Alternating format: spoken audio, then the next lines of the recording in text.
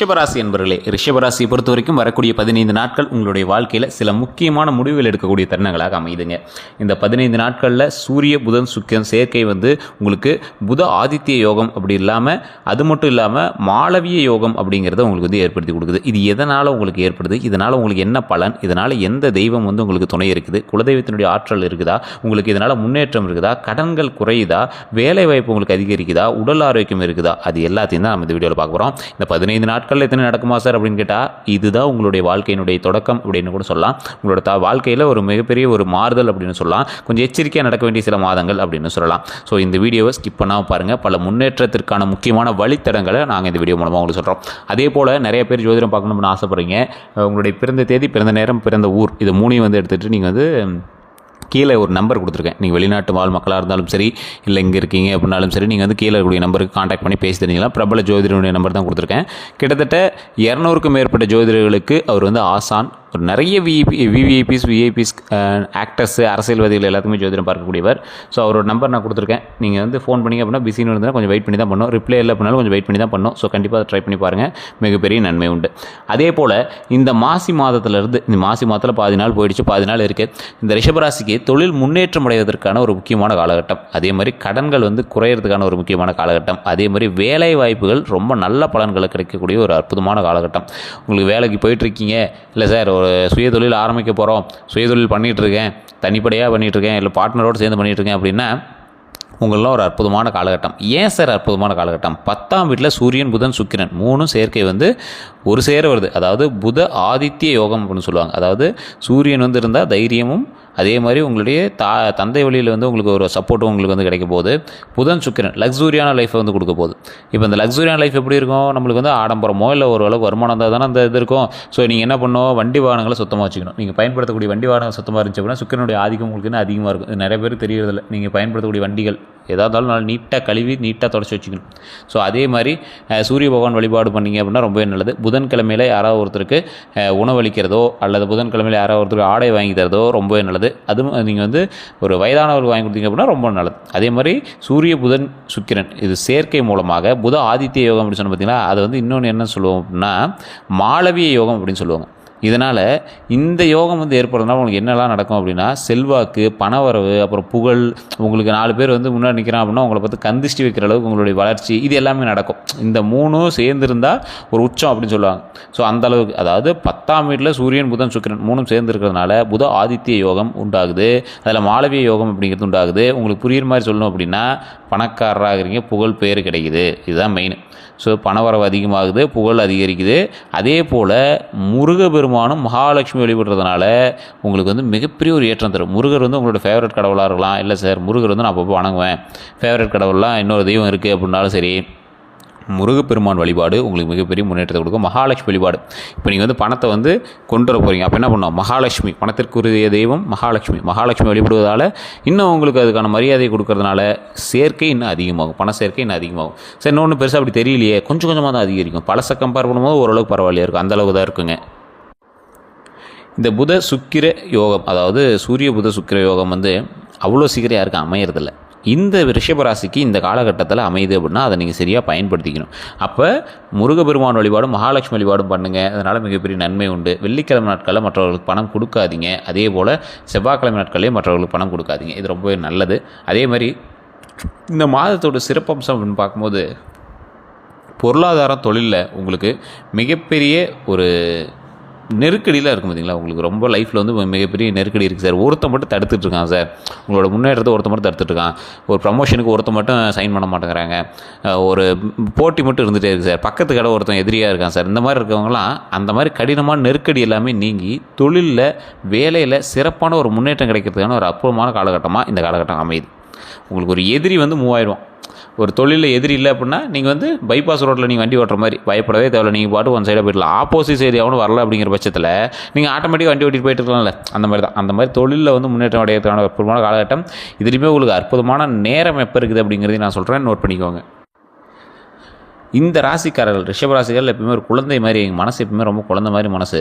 So இந்த ராசிக்காரர்களுக்கு நல்ல நாட்கள் அப்படின்னு எடுத்திங்கன்னா மார்ச்சில் 1, 3, 6, 8, 9 இந்த நாட்கள் உங்களுக்கு ரொம்பவே நல்ல நாள். அது நீங்கள் கொஞ்சம் பார்த்து பக்குவமாக பயன்படுத்திக்கிறது ரொம்பவே நல்லது. அதே மாதிரி சந்திராசிரமம் அப்படின்னு பார்த்தீங்கன்னா மார்ச் மாதம் 11ஆம் தேதி சந்திராசிரமம். அதே மாதிரி இதில் மார்ச் 14லேயே வந்து பார்த்திங்கன்னா கொஞ்சம் பார்த்துருக்கணும். மார்ச் 11லேருந்து மார்ச் 14 வரைக்குமே நீங்கள் வந்து பார்த்துட்டு தான் இருந்தாகணும். அந்த மாதிரி ஒரு காலகட்டம் தான். உங்களுக்கு பரிகாரம்லாம் அதில் எதுவும் சொல்லவே முடியாதுங்க. நீங்கள் வந்து கடவுள் வழிபாடு தான். ஃபஸ்ட்டு உங்களோட குலதெய்வ வழிபாடு பண்ணிங்க அப்படின்னா ரொம்பவே நல்லது. குலதெய்வ வழிபாடு பண்ணிவிட்டு அதற்கு பிறகு வந்து மகாலட்சுமி முருகனை வழிபட்டிங்க அப்படின்னா ரொம்ப ரொம்ப ரொம்ப நல்லது. ஸோ அதை கண்டிப்பாக நீங்கள் வந்து பயன்படுத்தி பாருங்கள், மிகப்பெரிய நன்மை உண்டு. இந்த மாதத்தில் சூரியன் எல்லா ராசிக்கும் இதே தான். மாசி மாதத்தில் சூரியன் வந்து கும்பராசியில் வந்து சஞ்சரிக்கிறதுனால பிப்ரவரி மாதத்துலேருந்தே, பிப்ரவரி 13லேருந்தே வந்து மார்ச் 14 வரைக்குமே சஞ்சரிக்குது. ஸோ அதனால் நீங்கள் கொஞ்சம் பார்த்து இறை வழிபாட்டோடு சூரிய நமஸ்காரம் பண்ணி வழிபட்டிங்க அப்படின்னா ரொம்பவே நல்லது. நீங்கள் குலதெய்வ கோயிலுக்கு போனீங்க அப்படின்னா பசு நெய்யோ அல்லது நல்லெண்ணெயோ வாங்கி விளக்கேற்றுங்க. எந்த கோயிலுக்கு போனீங்க அப்படின்னாலும் விளக்கேற்றி வழிபடுவதனால ரொம்பவே நல்லது. அதாவது பசு நெய்யில் அல்லது நல்லெண்ணெயில் விளக்கேற்றணும். அது எந்த இடத்துக்கு போனீங்க அப்படின்னா சரி, குலதெய்வ கோயிலில் வழிபட்டீங்க அப்படின்னா இன்னுமே ரொம்ப ரொம்ப நல்லது.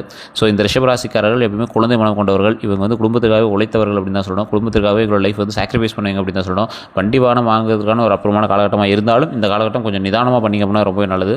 அதே மாதிரி அதிக முதலீடுகள் போட்டு ஒரு தொழில் பண்ணுறீங்க அப்படின்னா அதில் கொஞ்சம் கவனத்தை செலுத்துறது ரொம்பவே நல்லது. அதீத முதலீடுகள் இந்த 15 நாட்களில் போடுறதும் கொஞ்சம் யோசிச்சு தான் பண்ணணும்.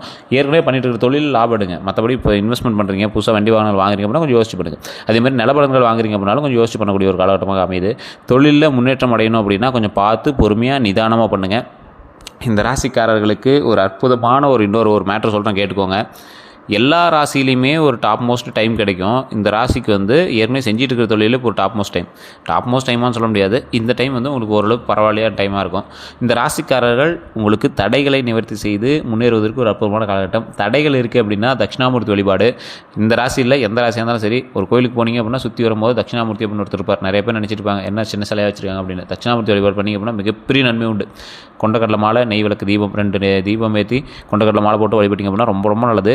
தட்சிணாமூர்த்தி வழிபட்டு அப்படியே சுற்றி வரீங்க. சுற்றி வரும்போது வந்து பார்த்தீங்கன்னா துர்க்கம்மன் இருப்பாங்க. துர்க்கம்மன் வழிபடுறீங்க. வழிபட்டுட்டு அதுக்கப்புறமேட்டு உள்ள வந்தீங்க அப்படின்னா கருவறையில் இருக்கக்கூடிய தெய்வங்கள் வழிபடுறீங்க. பரிகார தெய்வங்கள் எல்லாமே இருப்பாங்க. பரிகார தெய்வங்கள் தான் ஃபஸ்ட்டு நீங்கள் வணங்கணும்.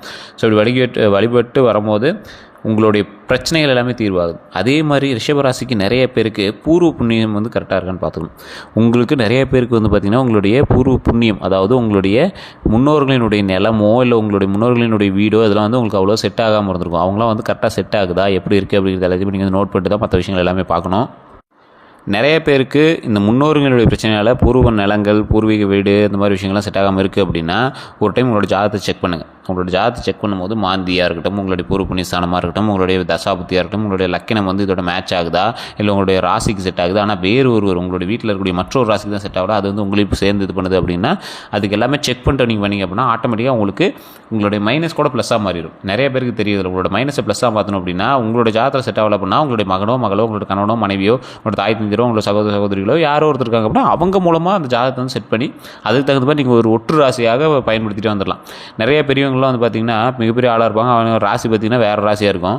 ஆனால் அந்த ராசிக்கு வந்து அந்த டைமில் வந்து ஒரு டல்லான டைமாக இருக்கும். ஆனால் வந்து அவங்களுக்கான பொழப்பு வந்து நல்லா சூப்பராக போய்ட்டுருக்கும். ஏன் அப்படின்னு பார்த்தீங்கன்னா இங்கே கூட இருக்கக்கூடிய ஒரு நபருக்கு வந்து நல்ல ராசியாக இருக்கும். அவங்களோட மகனோ மகளோ ஏதோ ஒன்று.